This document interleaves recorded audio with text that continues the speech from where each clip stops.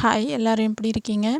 இன்றைக்கி நம்ம வீட்டில் எப்படி வேர்க்கடலை வறுக்கேன்னு பாருங்கள். பச்சை வேர்க்கடலை இது வந்து 1/4 கிலோ. அதில் பாதி இதுக்கு முன்னாடி ஒரு நாள் வறுத்துட்டேன். இன்றைக்கி கொஞ்சம் தான் இருக்குது.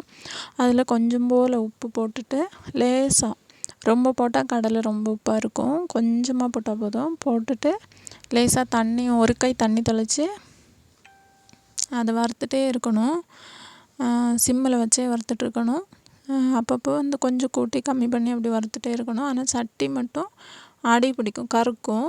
நம்ம அதை வந்து உடனே தேய்ச்சிட்டோன்னா போயிடும். இது வந்து சிலவங்க வந்து நிறைய உப்பு போட்டு அதில் வச்சு வறுப்பாங்க. சில பேர் வந்து மணல் போட்டு வறுப்பாங்க. நாங்கள் வந்து இப்படி தான் வறுப்போம். சட்டியை வந்து உடனே கழுவிட்டோன்னா அந்த கருப்பாக அரிக்கிறது போயிடும். இப்போ பாருங்கள், நான் தேய்ச்சி காட்டுறேன். இந்த லேசாக அந்த சூடோடையே தேய்ச்சிட்டோன்னா அப்படியே போயிடும். இப்போ வேர்க்கடலை வந்து நல்லா வறுத்தாச்சு.